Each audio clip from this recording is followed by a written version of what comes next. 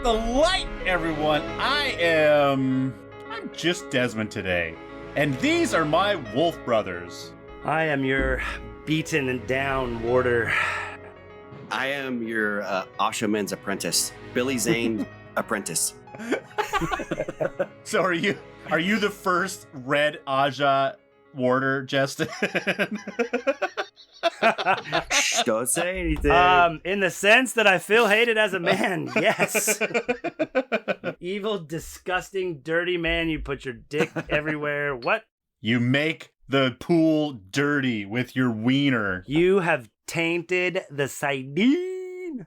Men shouldn't touch it. That's what she said. Welcome to the Wheel of Time podcast. We are your true source, the purest light, your companion cast, a warder, if you will, for this journey through all things Wheel of Time. It's been a while since it hasn't been that long since we've recorded, but we've been on kind of a pretty regular schedule, and we had a shakeup this week and got pushed back. Jeremy, have you finished book one yet? Have you caught me? No, I've not caught you. You're safe. You're safe for now.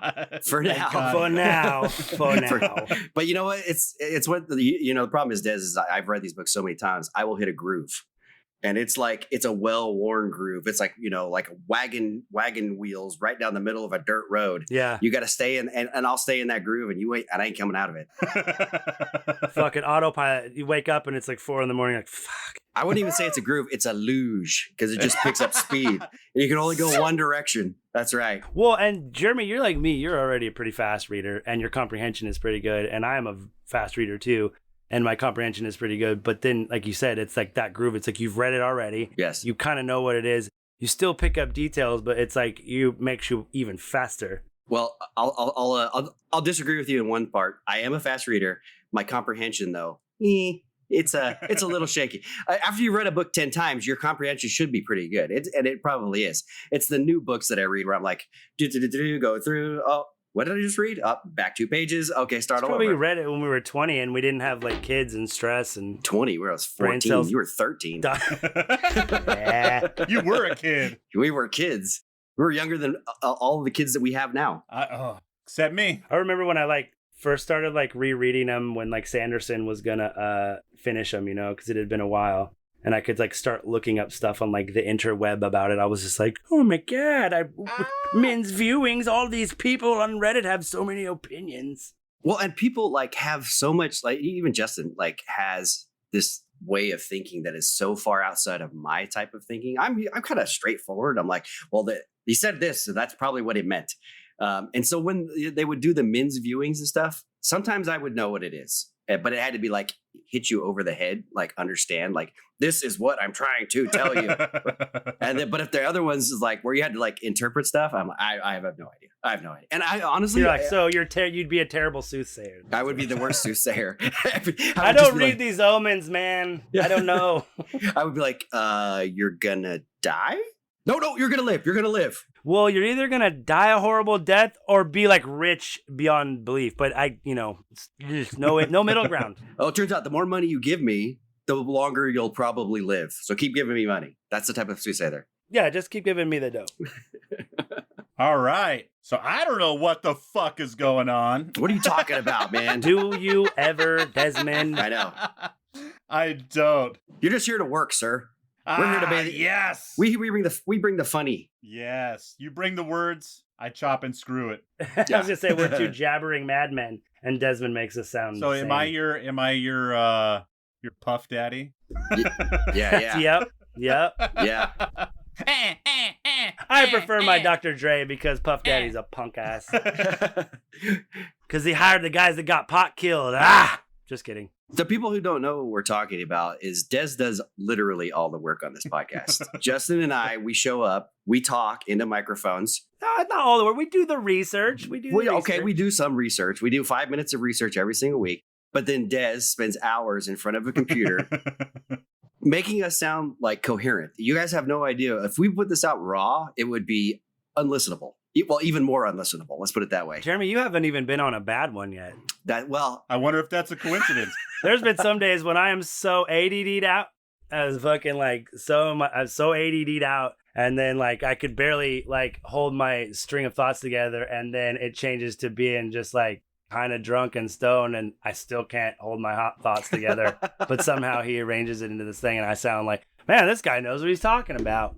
Especially those early ones, we weren't really sure what the structure was yet. Well, yeah. I'm like, I'll just start doing clips. Yeah, whatever. I don't know. Whatever.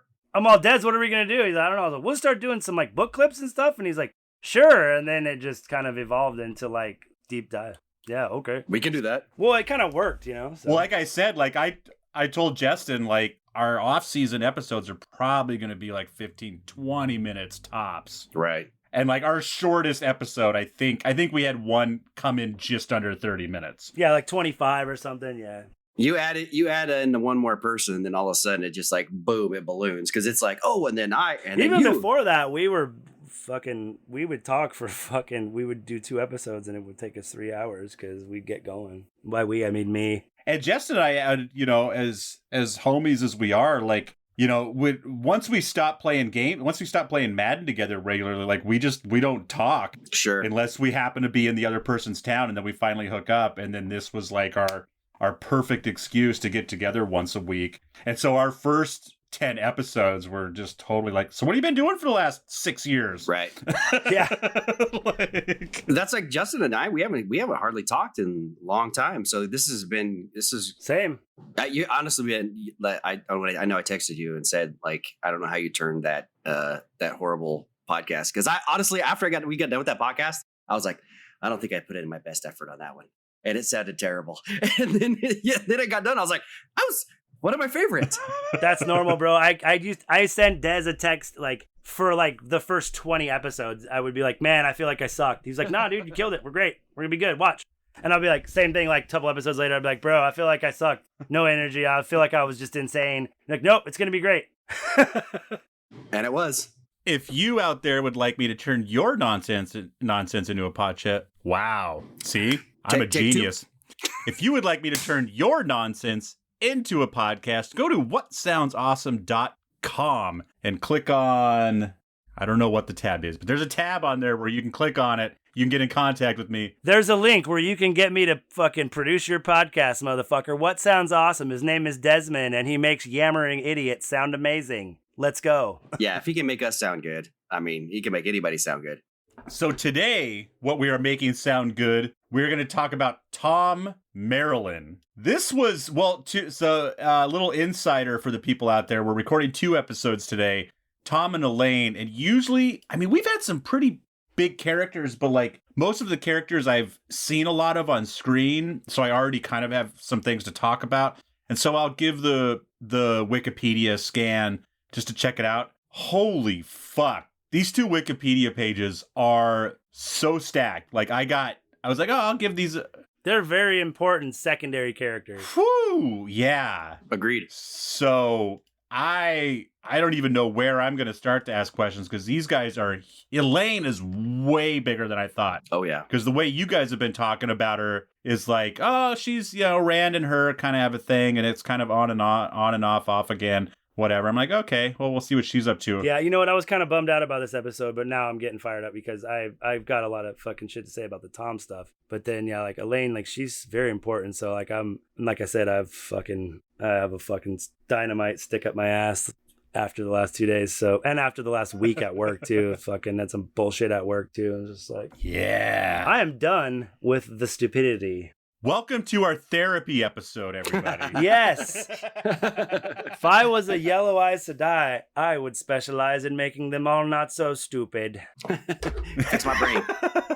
How do you cure stupidity? I don't know. Stick your dick in the taint. Yeah, don't touch the taint or it'll be sardined. So we're doing for our launching pad, our Thom clip. What? Do you know where it actually would be in the book, Jeremy?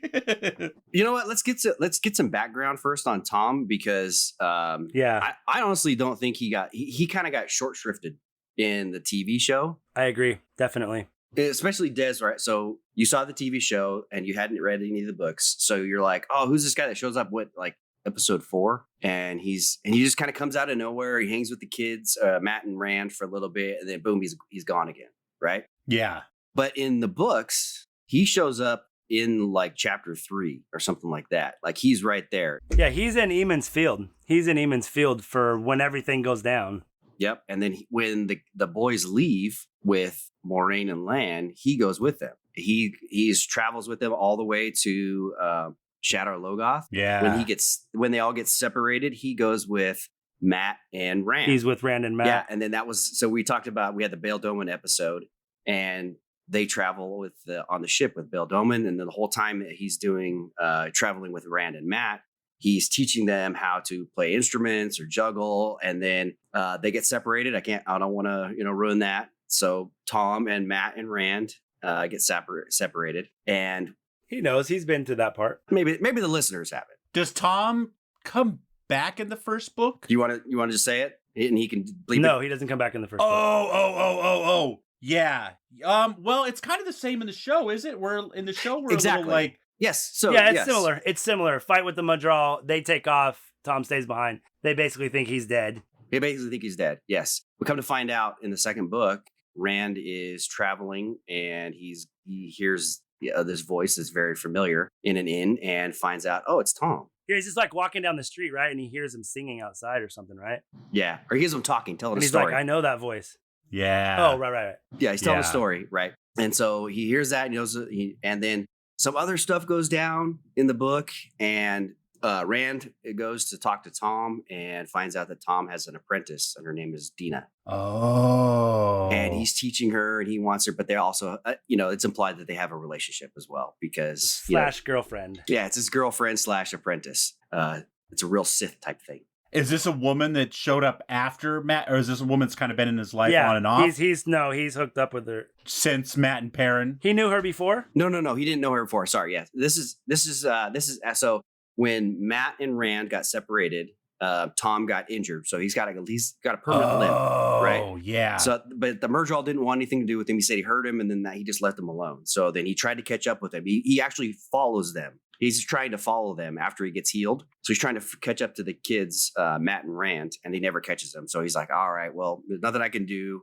I can't find them. I don't know where they went. So he basically starts, just living his life again. And he finds this girl, Dina, who wants to be his apprentice and his girlfriend. And so they start traveling around doing shows, and he's teaching her how to juggle and tell the stories and all the thing that a Gleeman would do. And even though there's never been a female Gleeman. Really? And yeah, so there's no female Gleeman. Huh. And he's like, I don't want her to be a Gleeman. I want her to be like a court bard, because Gleeman's a tough life. You got to travel from town to town and basically sing for your money and all this stuff. And he's been a court bard. Exactly. Yeah. Yeah. And you'll find out more about that too as the stories go. And so that's what he wants for her. And then some shenanigans go down, and our hero Rand it gets mistaken for a lord, and then they see Thom and Rand talking. So everyone, and they're in Kirian or Kirhine or however you say it, and then Kirhine, they play what's called the Game of Houses, and so we'll get into that. Yes, we'll get into that afterwards for sure. I have a lot to ask about that. Okay, so in the Game of Houses is like the Game of Thrones, right? It's everyone's backbiting and stabbing each other, smiling to each other's faces, but also plotting against them while they're not paying attention. So Thom gets kind of pulled into that, and this is where our clip would start. Oh, okay, cool. Yeah. All right, so here we go.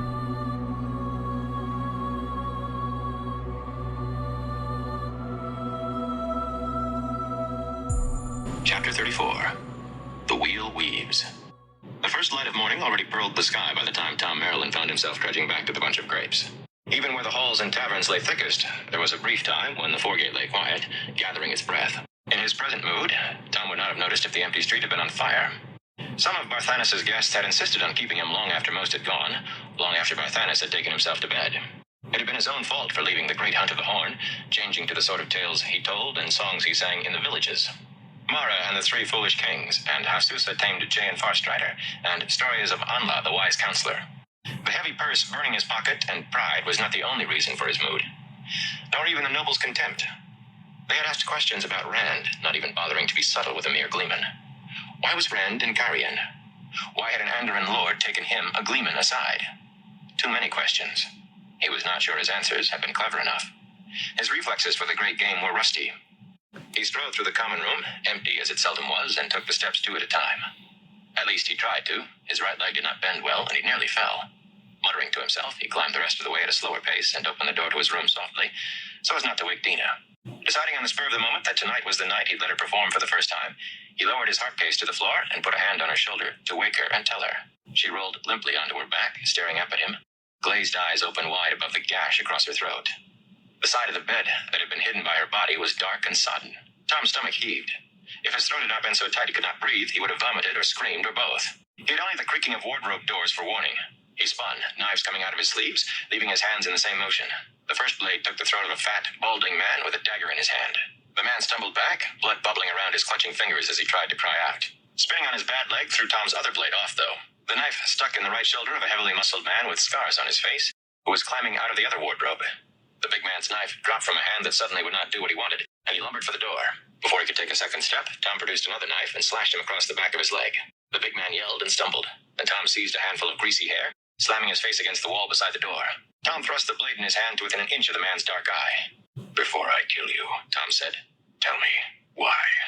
His voice was quiet, numb. He felt numb inside. "A great game," the man said quickly. "Nothing against you personally, you see. It is just the game." "The game? I'm not mixed up in Deus Damar.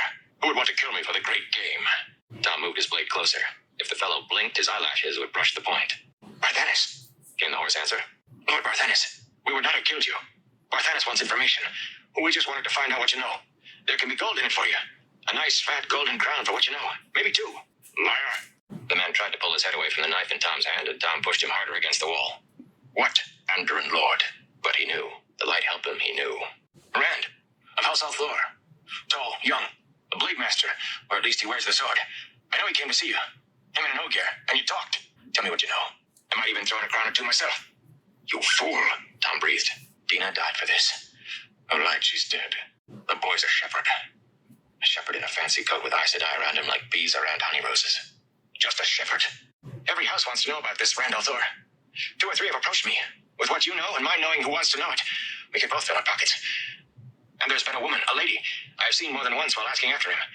If we can find out who she is, why, we could sell that too." "You've made one real mistake in it all," Tom said. "Mistake?" The man's far hand was beginning to slide down toward his belt. No doubt he had another dagger there. "You should never have touched the girl." The man's hand darted for his belt. Then he gave one convulsive start as Tom's knife went home. Tom let him fall over away from the door and stood a moment before bending tiredly to tug his blades free. The door banged open, and he whirled with a snarl on his face. Zara jerked back, a hand to her throat, staring at him. "That fool Ella just told me," she said unsteadily, "that 2 of Barthanes' men were asking after you last night, and with what I've heard this morning, I thought you said you didn't play in the game anymore." "They found me," he said wearily. "This is bad, Tom. You'll have to leave Carrion." "I cannot leave yet, Zara. I have another man to kill first." "You hear me, Barthanes? You're too late. Everybody's talking about it already. He is dead." "Perhaps I will go back to Andor, to Camelin." She shook his shoulders, turning him away from the bed. "You men," she sighed. "Always thinking with either your muscles or your hearts, and never your heads. Camelin is as bad as Carrion for you. Either place you'll end up dead or in prison. I will see to everything," she said gently. "You must go, Tom. Now." A roar came from within the city walls, as if half of Carrion were shouting. Beyond the top of the gray walls, above the rooftops of the foregate, a thick column of smoke was rising into the sky, far beyond the walls. Beside the first black pillar, a few gray tendrils quickly grew into another, and more wisps appeared further on. He estimated the distance and took a deep breath. "Perhaps you had better think of leaving too. It looks as if someone is firing the granaries." "I have lived through riots before. Go now, Tom." But as he started to leave, Zara spoke again. "You have a dangerous look in your eyes, Thom Merrilin. Imagine Dina sitting here, alive and hale. Think what she would say. Would she let you go off and get yourself killed to no purpose?" "I am only an old gleeman," he said from the door, "and Rand Althor is only a shepherd. But we both do what we must. Who could I possibly be dangerous to?" As he pulled the door to, hiding her, hiding Dina, a mirthless, wolfish grin came onto his face. His leg hurt, but he barely felt it as he turned purposefully down the stairs and out of the inn.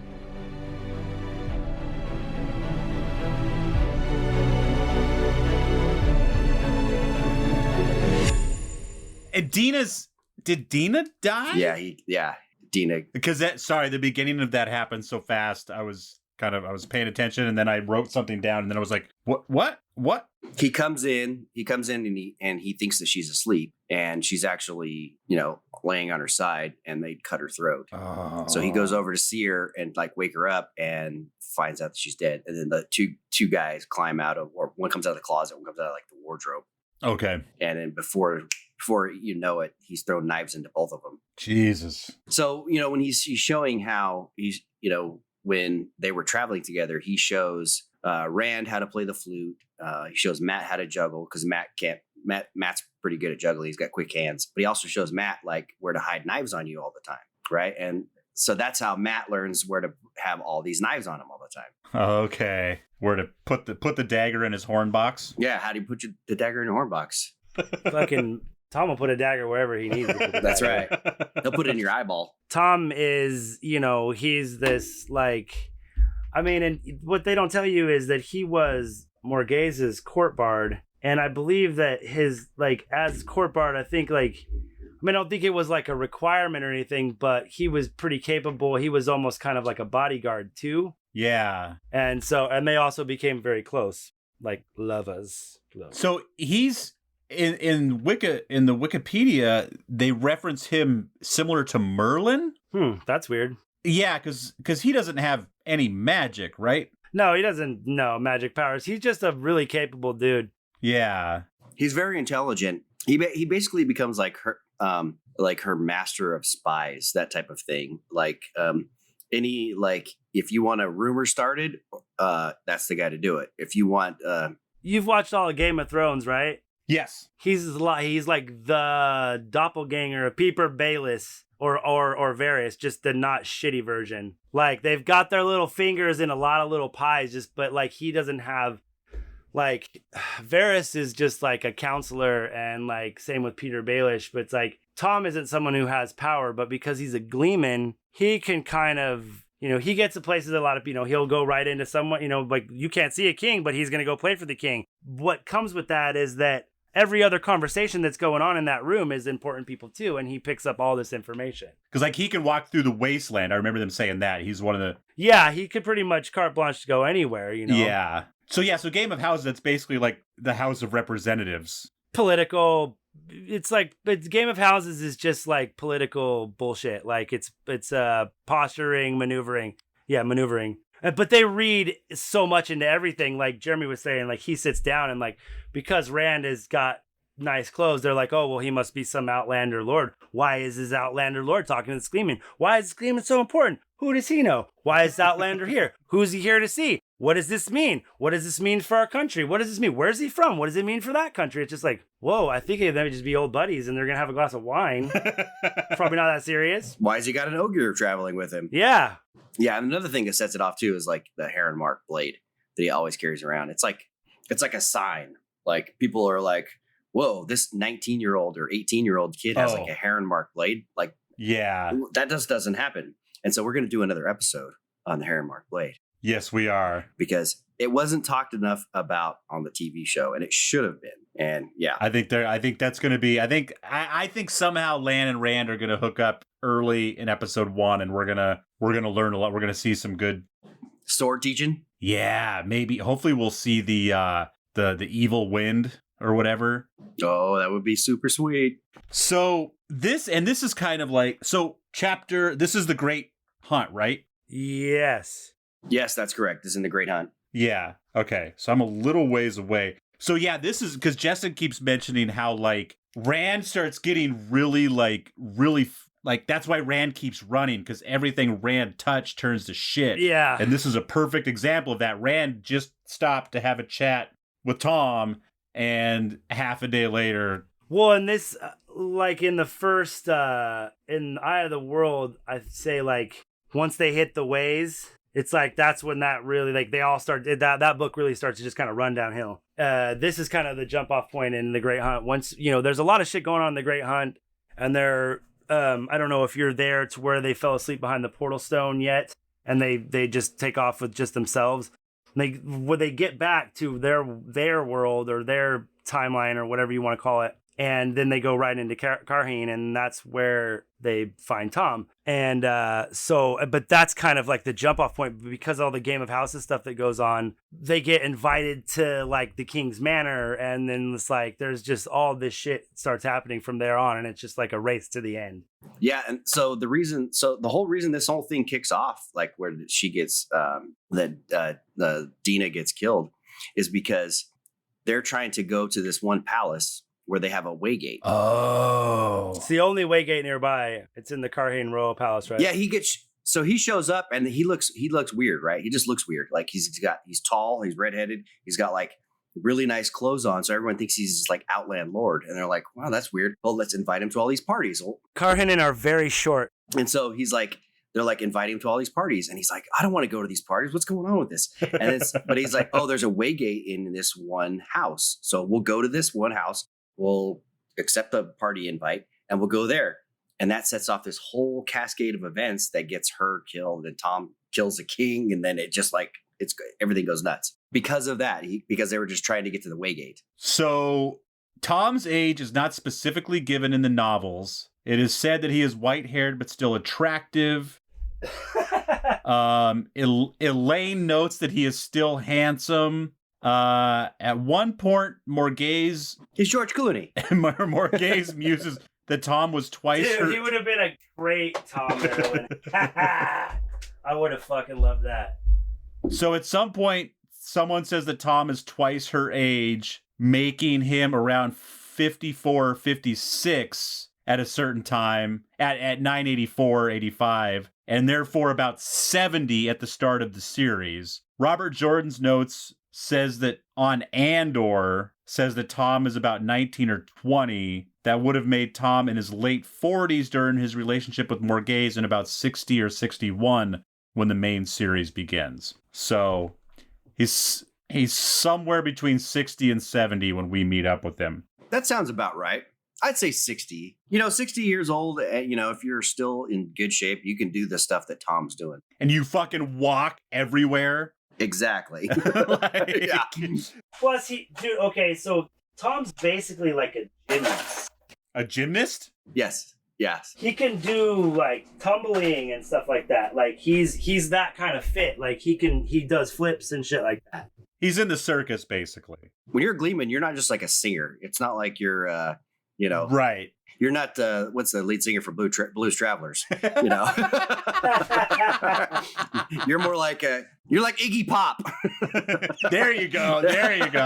You're gonna take your shirt off and be like ripped and jumping all over the stage all the time. Exactly. Oh my God, I've been watching The Old Guy, the new Jeff Bridges show, which is really good. And I was looking at him and I was like, ooh, he's got a 6-pack and a spare tire. I could get into that.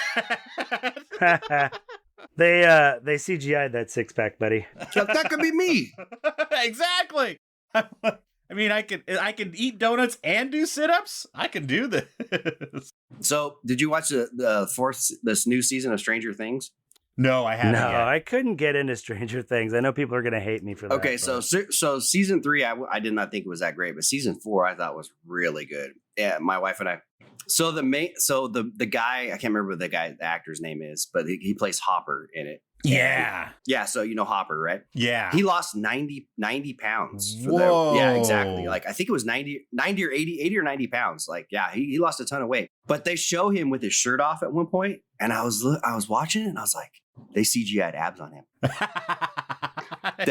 Those aren't real abs, dude. All I can say is, look, watch the video. You tell me. You're I'm not, but I'm telling you, this guy had abs, and they did not look right. There was something wrong with it. There was something wrong with it. It was like, it was the uncanny valley of abs. That's all I can say.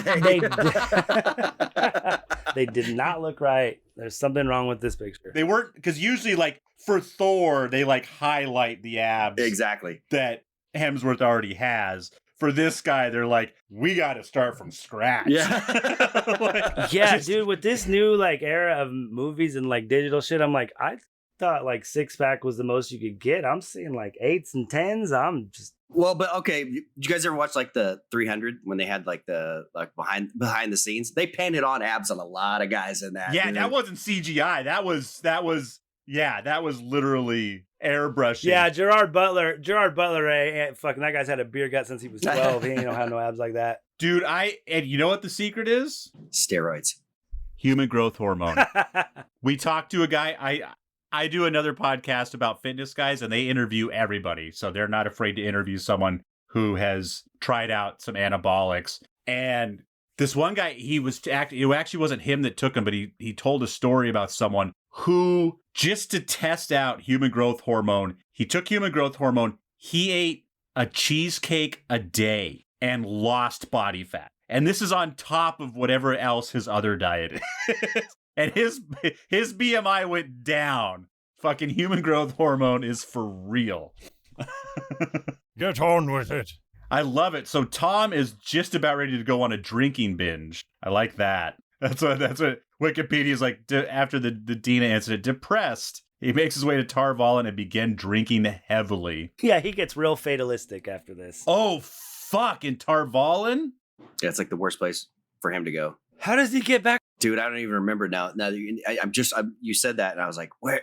How do they meet up again? And I can't remember. Yeah, so our next episode, everybody, is about Elaine. And then so when he gets found by Moraine, drunk and stumblebum, she shakes him out of it, it sounds like, and then asks him to take care of Nynaeve and Elaine as they travel. Oh, yes, that's right. She informed him by the 3 oaths that he would survive Terabon, that they would meet again, and that she would then provide him with the name of the Red Sister who gentled Owen, as well as the one who gave the order to have him gentled?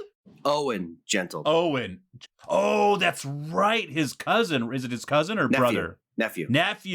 His nephew. Oh, yeah. Do they talk about that in the show, or do I remember that from the book? No, they talk about it in the show. Yeah, that's right, because that's why he thinks that Matt is bad news. They think that he thinks that Matt's going crazy because he's channeling or is going to channel. Yeah, and he's completely wrong. The one thing that I really disliked was that not having Thom from the beginning. I really liked the character of Thom, and I think that we still will have a lot of the character. I think he's going to come around, and the guy who's the actor I've seen him in other things, and he's pretty good. Like, he's a really good actor. I like it. He's got a good voice. What have you seen him in? Like, his IMDb is huge, but so I say I've seen him in a couple of things, but I think I know for sure he was in this show called The Last Kingdom, which is a great show. If you guys haven't watched it, it's on Netflix. Watch The Last Kingdom. It's about pre-England England, if that makes sense. So it's not, England isn't united. There's the Saxons, and then there's the Anglos, and then there's the Scots and the Irish, and then the Danes keep coming in and raiding, and then they'll set up colonies and stuff. And it's really good. And he's in that. And he's a kind of a minor character that keeps coming in and out for the first couple seasons. It's so funny. Like, I watch so much TV and so much movies. Like, you'd think I would be better at foreshadowing, but I get into stuff and I just watch it and I just enjoy it. And I wanted to get a look at Thom, and so I was fast. You don't try to figure it out. You just watch it. See, like, fucking Lisa gets pissed off at me because I'm like, yeah. She's like, "Could we just watch it?" I'm like, "Oh yeah, I'm sorry." I bet he's the killer. Shut up! Yeah, seriously. She's like, "Why are you trying to figure it out?"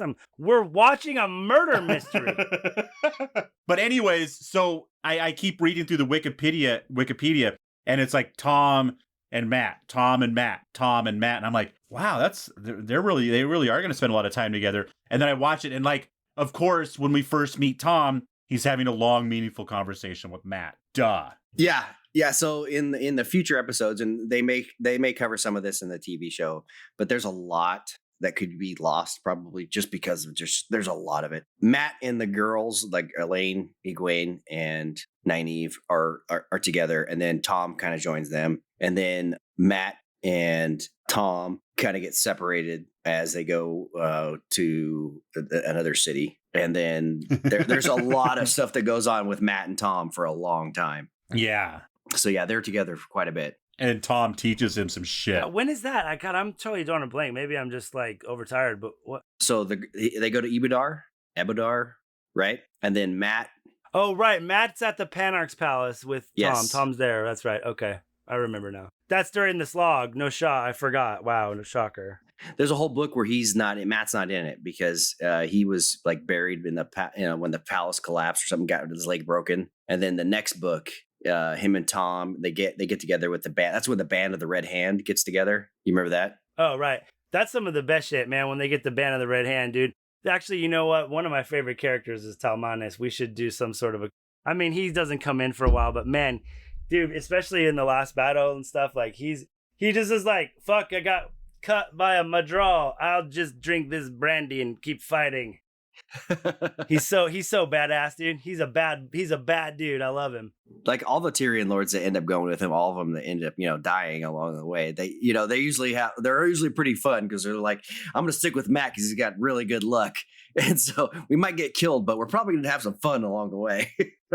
Yeah. Matt has the best luck. So the show can do whatever they want, of course, but sure. Is there a reason from the book for Thom and Bail Doman to be in a scene together? Oh, no, I don't think there is. No. Well, unfortunately, they've already missed that chance because when they're running away from Shadar Lugoth, like... Oh, duh, that's right. They hang out on the boat. Oh, that's right. Totally forgot about that. Thom and Matt and Rand end up basically on their boat, and he's like, hey, if you don't got any fucking gold, you're going right back out in the river or the Trollocs, your choice, but you ain't staying here. And he pulls out, like, he starts juggling. Hey, I can do whatever I want.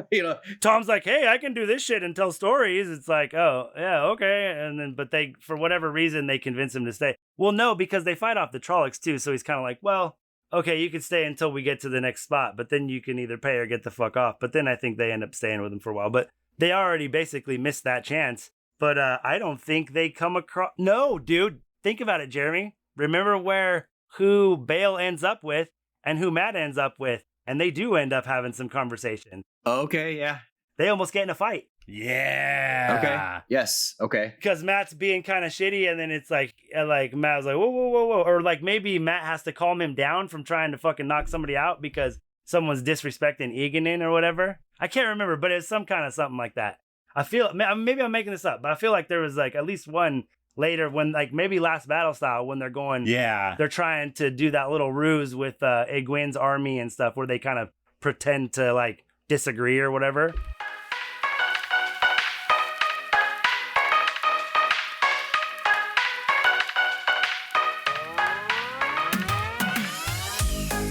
What I saw this meme the other day, it was just like, okay, you go first. I'm going first. I'm jumping in. Holy shit. So we just did a time pop. It hasn't come out yet about a movie, a Japanese anime time travel movie called Kimi. It's translated. No, but it's actually Your Name.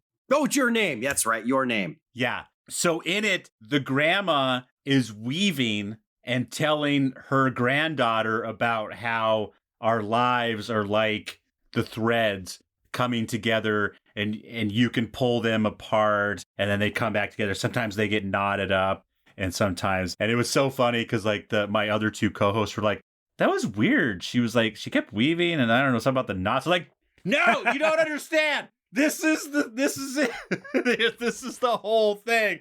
All right. We're going to wrap this up so we can talk about Elaine. I hope we see a lot more Thom. Thom is awesome. Do you guys have any last thoughts about Thom besides? No, we'll be talking about Thom in the Elaine episode too, because their stories are very intrinsic to each other. Yes. I would say. Thom is definitely a capable badass for sure. And the only thing that would have made Thom so much better if in the TV show is if he would have been played by Billy Zane, obviously. If he would have been played by Billy Zane, he would have been... Dude, I really think that having them show up at an inn somewhere and having him being just kind of a background character... Oh my God, just I being would love that. Fully theatrical. And he would be into it too. Ass. You know Billy Zane would be into it. You know he'd be into it. He'd be like, when and where, dude? I am into it. What's he working? Have you guys watched this season of The Boys? Like, I just was going to say that.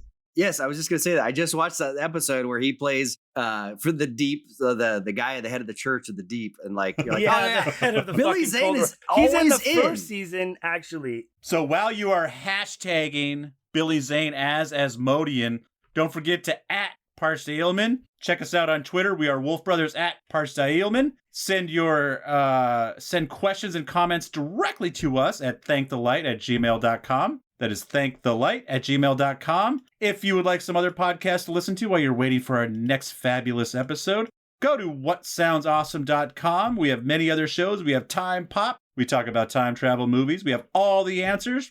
They talk about comedy and spirituality. It's a great combination. Truth Not Trends is all about fitness and nutrition, and they have great guests on there too. If you don't trust the host, you can trust their guest.